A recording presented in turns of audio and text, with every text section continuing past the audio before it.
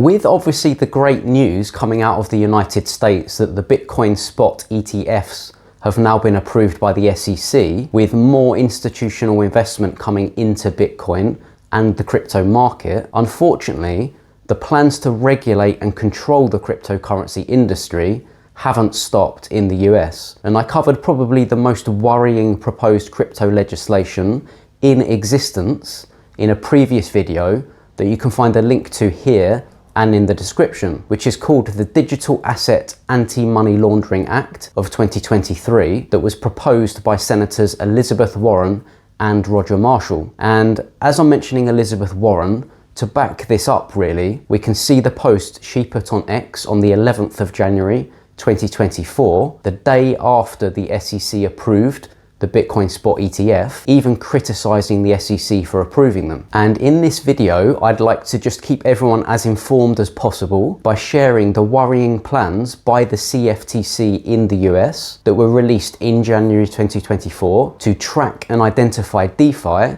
so decentralized finance, users, platforms, and ecosystems, and to try to introduce much more regulation into the space. So please do like this video and subscribe to the channel so I can continue to offer more content for you in future. And let's jump straight in and take a look at the CFTC report, what its plans are to regulate the DeFi space, and what this means for individual users of DeFi.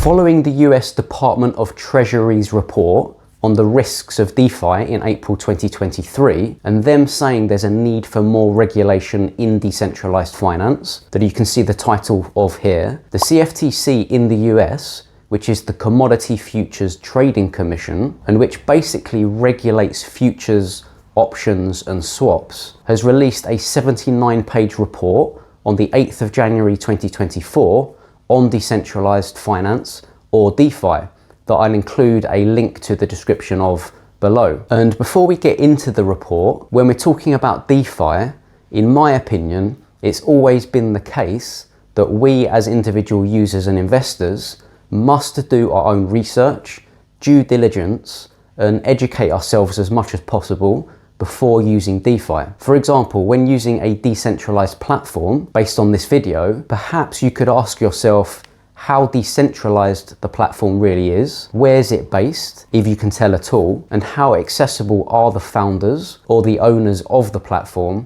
to the authorities. Because I just want to highlight that this isn't the first time the CFTC has been looking to regulate the DeFi space and take action against decentralized companies, with it successfully suing Uki back in June of 2023, saying it was operating illegally, fining the crypto firm over $640,000 and made it permanently close its operations and shut down its website. And then in September 2023, the CFTC charged Open, 0x, and Deridex, all based in the United States, with offering illegal crypto derivatives trading and not registering in the US, and fined them $250,000, $200,000, and $100,000 respectively. All three companies agreed to settle the charge by paying the fine, but the two Open founders actually stepped down and said they were leaving the crypto space as a result. So there's just a few examples of the CFTC imposing itself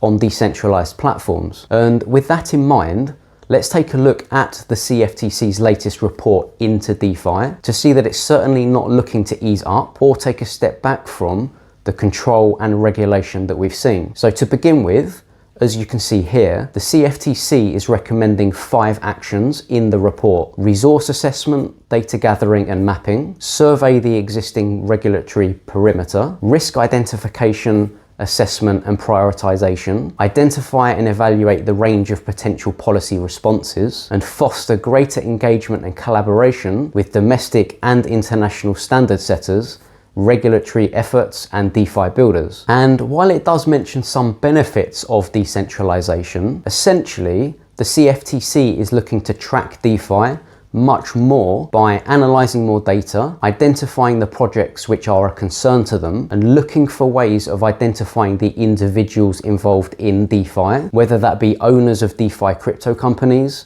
ecosystems, or individual users in their minds to reduce money laundering, terrorism financing, and fraud, as if we haven't heard that before. But it's really about controlling and regulating the space, because they state they're looking at focusing on the digital identity of individuals, prioritizing KYC or know your customer, as you can see here, AML or anti-money laundering regimes, as well as looking at privacy in decentralized finance. And as you can see, it's all quite general at the moment, but the intent is there when you look at the specific recommended actions. For example, if you choose one of the 5 overarching recommendations that we saw earlier in risk identification, assessment, and prioritization, and look at the individual recommended actions for that, then you can see that they include things like cataloging and mapping DeFi platforms and ecosystems, identifying those of concern to them, and as we've seen, take action wherever they can, identify discrete information using analytics to identify key risks, which is the 3rd bullet point down, build capabilities internally or develop necessary tools, e.g. requests for information, and finally, create policy goals that are in line with existing laws and regulations, or in other words, centralized regulation. And that's just the recommended actions under one of the 5 recommendations that I mentioned before. And as with all crypto regulation, the CFTC is using the lack of consumer protection as a reason to intervene and regulate the space, which you can see here from a part of a statement by CFTC Commissioner Christy Goldsmith Romero on the CFTC report that we're looking at in this video. And you can see here, they believe there needs to be clear lines of responsibility and accountability in DeFi. And the last sentence, which is, given the potential risks,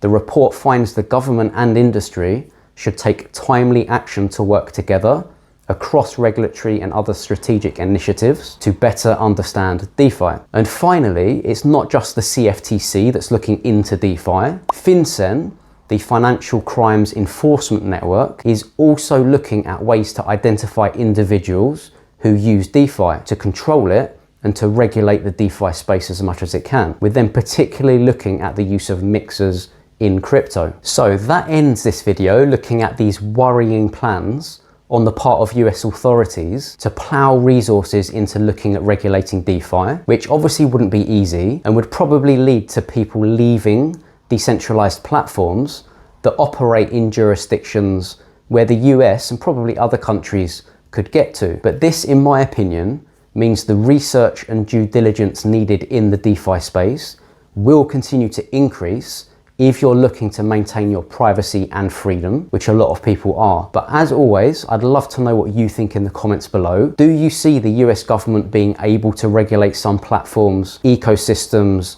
or areas of DeFi at all? And if you're interested in more of a tailored approach to your crypto education, including navigating the complex DeFi space, and you think you'd benefit from having someone look over your shoulder and guide you on your journey while you do it, I do offer one-to-one coaching to those who have the desire and the means to educate themselves further. And there are links in the description where you can message me and book in a free video call to see if we'd be a good fit. And if you found this content interesting, please do like the video and subscribe to the channel, as it really does help. And have a great day.